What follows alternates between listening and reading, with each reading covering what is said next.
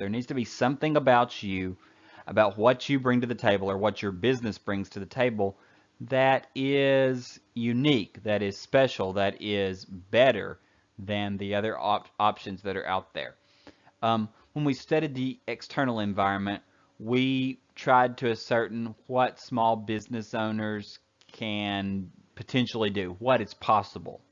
But by studying the internal business, we look at what companies are actually capable of, right? So it's not just the sky's the limit or the sky's going to come crashing down. Now we're looking at the other part of the equation. We're opening up the black box. We're looking inside the company. We're looking inside the individual's repertoire of skills and capabilities. What can you do?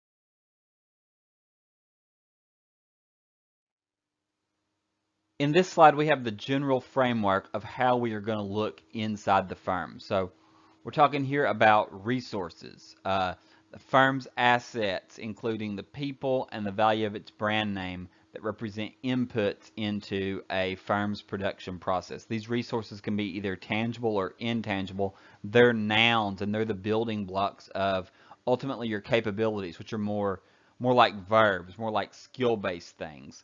And then from our capabilities, we select the most important ones of those, and those are our core competencies, which lead to competitive advantage. So what are some examples of resources? Some tangible resources might be capital equipment, and if you skip on down that list, financial resources. The others on there are more intangible. Skills of employees, brand identity. You've got a talented manager working for you. All of those things are things that are hard to put, they're hard to see. They're not tangible. They're hard to put a direct price tag on and sell on the open market, but they are resources that provide a lot of value to an organization. So resources are fundamental when we look inside the firm. The truth is that most of a company's value, most of what's actually going to make it profitable, what's going to be a resource that allows you to create competitive advantage, are going to be those intangible resources. The reason that it is because tangible resources are very transferable. You can sell them on the open market, and for that reason, everyone's access to them are basically equal. It's only when we combine the tangible resources with the intangible resources, which are much harder to come by, much harder to trade on the open market, that we build up a resource base that's capable of providing a competitive advantage. All right. Let me take a step back. What is a competitive advantage? What does that phrase mean?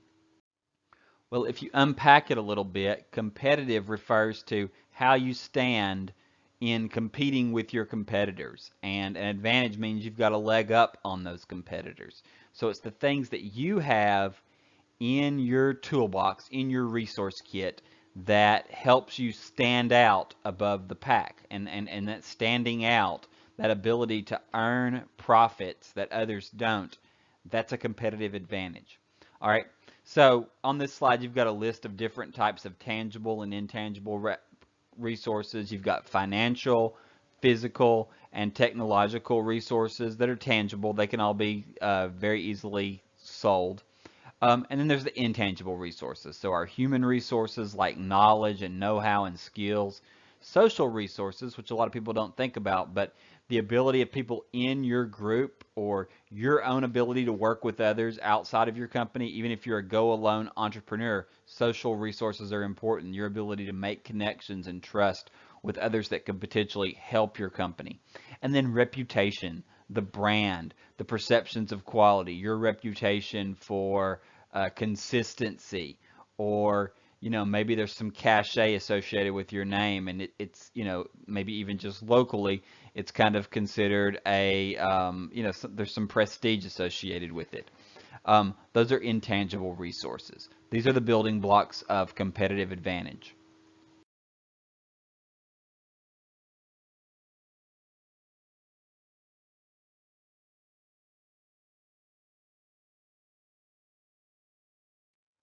From resources, we build to capabilities.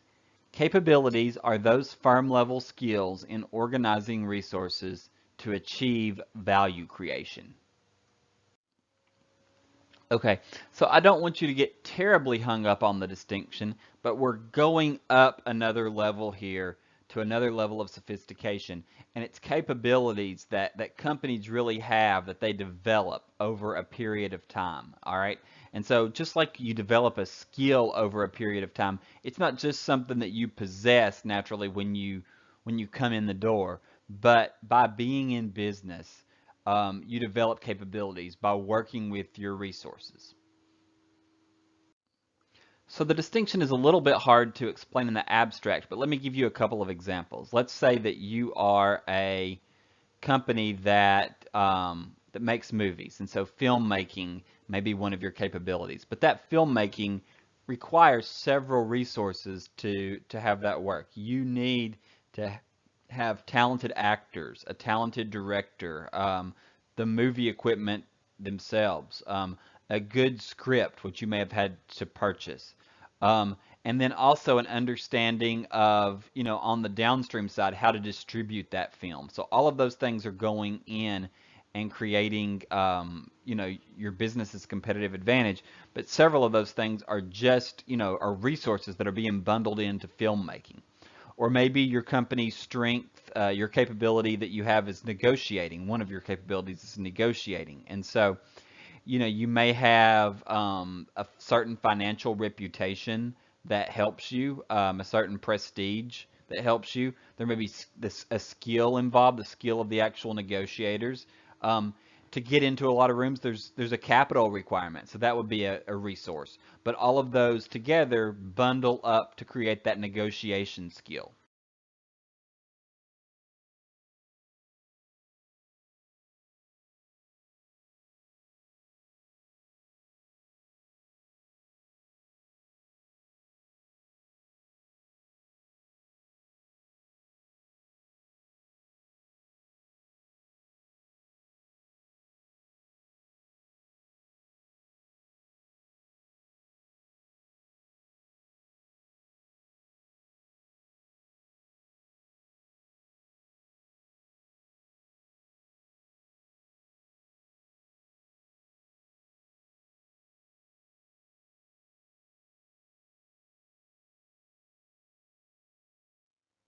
This slide is very important. We want to analyze the capabilities that our company has and determine whether those capabilities can potentially provide a competitive advantage. It's very important that those capabilities are what are known as VRIN capabilities. Valuable, rare, inimitable, and non-substitutable. All right, so those sound like some fancy words in there, but the basic idea is that we want to do something that creates value that few other companies don't have, and even though they don't have, they can't easily acquire. Okay? That's what a VRIN capability is. So, first of all, you want capabilities that actually do something for you that really create unique value for customers. All right? It's not really enough that you can create that value. It needs to be a rare commodity that's not possessed by many others in your marketplace. Else, the price of that commodity is going to be negotiated downward. That's why if I go out and start, there are successful um, lawn care companies that come out and mow yards and take care of things. But it's really difficult to break in because, for the most part, the skills that they have aren't that rare, right? There's a lot of people that can do that. I can kind of go out, I can go out there and do it by myself. The only rare thing is the amount of time that it takes. Um, so, you've got to be doing something that's somewhat unique. So not only does it create that value, um, but it's rare. or the price is going to be negotiated down, right? And so everybody with a riding lawnmower that is out of a job, maybe because of a downswing in the economy like what we have right now, it's going to bring those prices for lawn care services down. Number three, inimitable. Is it costly to imitate, or does it take years to acquire unique talents and extensive background? Right? So just because there's something special about me, that does not ensure a long-term competitive advantage if others can learn to do the same thing very quickly. All right?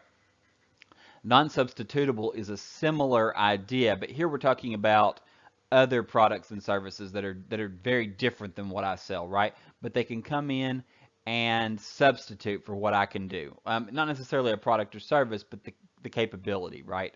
And so an example of that may be Amazon eating into Walmart's market share. Amazon doesn't do exactly what Walmart does, right? They're very different types of companies. Um, Walmart, had the biggest part of the market share for a very long time. People could come in and, look on the shelves and get what they wanted for a low price. What Amazon did was they came in and they had some similar distribution capabilities as Walmart. What Walmart's really good at is their supply chain and managing shelves and managing trucks and that kind of thing, and doing things very efficiently to keep those prices down. Amazon's service of getting products into the hands of customers is a very different process. It comes directly to your door. A lot of times the prices, if you look, are a little bit higher than Walmart's, but when you take out the factor that you have to, go to Walmart, Amazon starts looking pretty good. And so, and their distribution and their capabilities with the supply chain are different, yet similar, right? Walmart's got tons of different places going to less locations, right? The Walmart stores. Amazon has these fulfillment centers, a few places, and they're shipping out to millions of homes. And so different type of logistical operations, but Amazon has slowly but surely been able to substitute for Walmart. Now, I don't want to suggest that you have to be on Walmart or Amazon world-class capabilities to make it in business. As a small business owner, you just have to do something that is unique in your local domain, right? In Murfreesboro, in Middle Tennessee. And, a lot of times you're focusing on a certain niche, right? The ones that the big guys are kind of ignoring, but there's some kind of need or demand that's being unmet by the product or service offerings that are already out there. And so, yeah, you are VRIN, but not necessarily world class, and also not necessarily something that couldn't ever be duplicated. It's just that maybe the big guys don't have the interest to do it because you're kind of a small fry, and so they don't care enough about a few $100,000 worth of market share in your region to go about trying to duplicate your capabilities. VRIN capabilities are the capabilities that you want to focus on. These are your core competencies. So what do we mean by core competencies? Core competencies are those capabilities that distinguish a small business competitively from its rivals and reflect its personality. What makes you unique? What makes you special?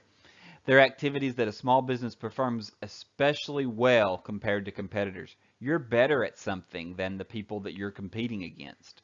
And then third, activities through which a small business adds unique value to its goods or services over a long period of time. That unique value is key, right? You are doing something that others can't easily do. It's rare, it's inimitable, it's non-substitutable. And so for those reasons, you've got a capability that can potentially provide you with competitive advantage. The name of that capability is a core competency.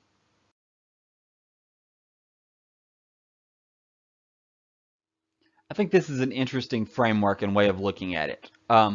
We ultimately want a sustainable competitive advantage. That is a competitive advantage, an advantage over our rivals that is there for the long term. So in order to achieve that, we need the things I talked about a while ago, VRIN resources, VRIN capabilities, valuable, rare, inimitable, and non-substitutable. If the capabilities that you have none of those characteristics, then you are at a competitive disadvantage. You can't do anything that is particularly valuable. There's really no rationale for you to be in business. All right?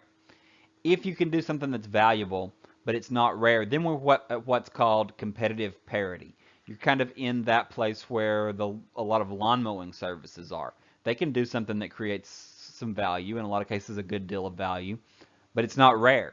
And so for that reason, there's something called competitive parity, and it's a race to the bottom on price. Basically, the only way you can compete is on price, and that creates parity and makes it hard to, having it to make money. You don't have a competitive advantage. All right. Um, if you have something that's valuable and rare, and that basically gives you an advantage over your competitors right now. All right.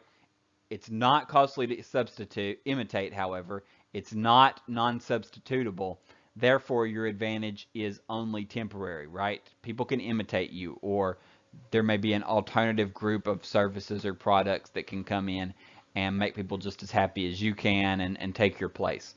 All right, so those are, that's a short-term competitive advantage. When all four of those things are in place, though, then you've got a core competency that's capable of giving you a long-term, a sustainable competitive advantage. And that's the goal. That's kind of the holy grail of being in business, creating that long-term competitive advantage over our rivals. How do you do that as a small business owner? You never completely rest on your laurels, right? You never consider that, hey, I'm safe. I've somehow made it. Now, there are some things that you develop and you can keep up over time that enable you to keep that, right? Your brand image is something that is yours and yours alone. And so if you spend years building up that brand and that image and that reputation and that, maybe prestige that's associated with your company, that can provide you a sustainable competitive advantage because it is very, very difficult for that to be imitated by others. It's your brand, and there are not going to be companies that can create a substitute for it in the short term. It's something that takes years to acquire. So we can kind of sum up that last slide with this one. The sustainability of a competitive advantage is a function of the rate that your core competency is becoming obsolete because of market and technological change. It's also a function of the availability of substitutes for the core competence and the imitability of the core competence, right? So, if you have something that is currently valuable and rare, and the market and technology aren't changing at a fast rate, and it's hard for others to substitute for what you can do, and it's hard for others to imitate what you can do, you have the ingredients for a sustained competitive advantage. Okay, I would be remiss to have a conversation about competitive advantage and core competencies and capabilities that are VRIN versus those that are not without talking about outsourcing. Outsourcing's kind of been a big thing, for the last 25 years or so. The idea of companies actually becoming smaller and sleeker and only focusing on their core competencies and outsourcing other things, allowing others that are in business to supply them with other things that they're not necessarily so good at doing for themselves. All right, so outsourcing is just the purchase of a value creating activity from an external supplier. There's a capability that's not VRIN for you. Think about outsourcing that capability. All right, few small businesses possess the resources and capabilities that are required to achieve competitive superiority in all their activities. And so for that reason, if you perform fewer capabilities, you can concentrate on those areas where you can create more value, and specialty suppliers can do things more efficiently than you and you can just purchase for them and ultimately save money, right?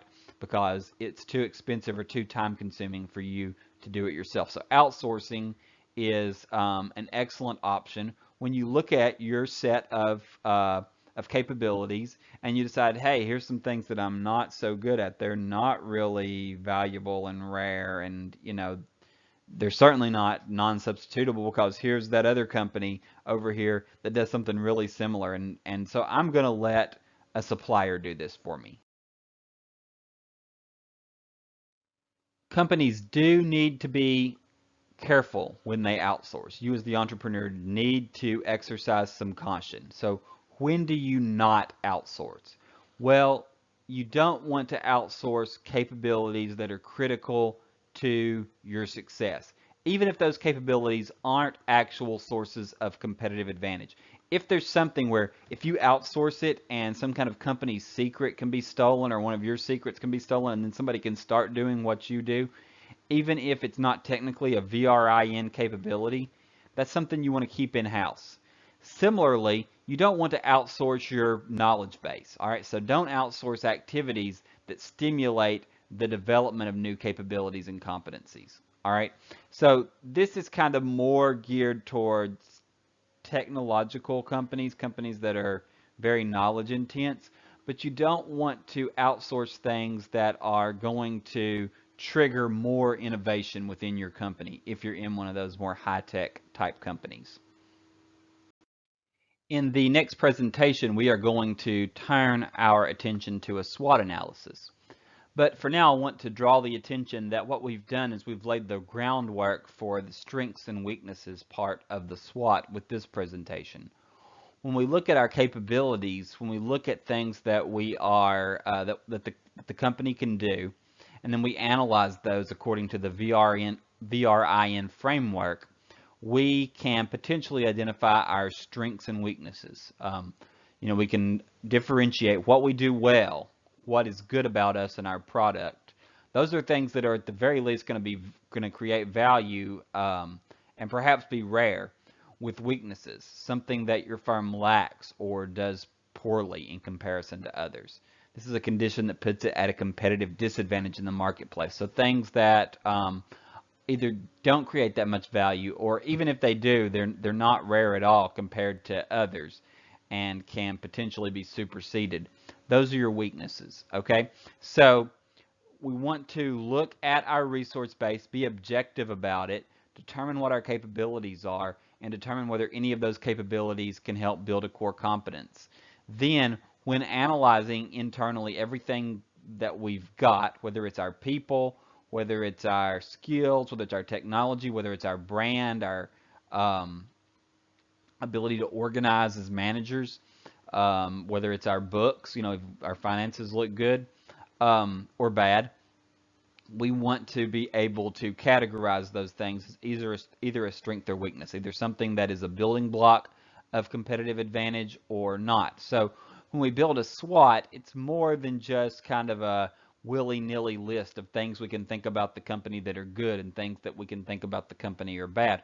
We want to always be keeping competitive advantage in mind. Are there things that are helping us build competitive advantage?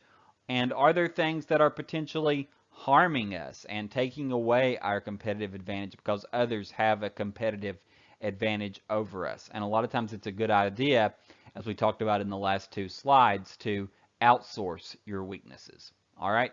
So that's kind of the background of internal capabilities and opening up the black box of the company, looking inside and determining what do we offer that's of value that others potentially cannot do.